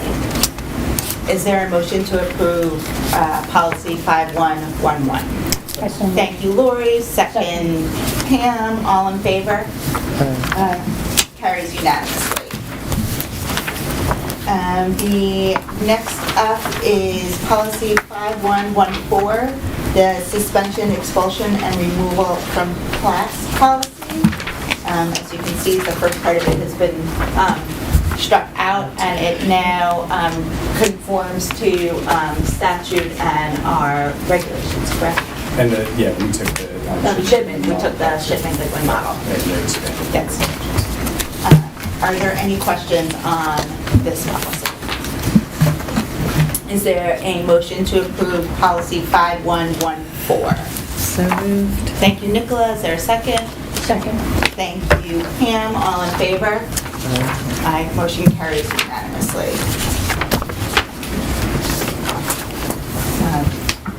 Comments from the public. Are there any comments from the public? Seeing none. Future business and information items. Everybody has at their seat class size report and staffing report for this year. In addition, there's schedule update memos from both Cider Mill and Middlebrook, and once the analysis is completed, they will be discussed at the table. And then our next meeting is Thursday, November 7th, then again the 21st, and then November, that should be November 21st. Right, and the November 7th meeting is not a regular meeting. It's a workshop. Right, so it would be a different structure. Yeah. It'll Same be- time, though? Same Same time. time, I'd yep. like to schedule an executive session prior to that on security and legislative updates. So So before 6 the, o'clock. so So 6 6 o'clock. Okay, I'm Yeah. gonna try, I'm gonna be driving back from Pennsylvania, Okay. so I'll try to get in for the 6. And then the workshop will be on the 7th, the teaching and learning workshop. And then November 21st will be a regular meeting, and so we'll December 1st. Meeting is adjourned at 8:56. I think I ate an entire bag of cough drops. I don't, that's just it, like, I feel totally fine.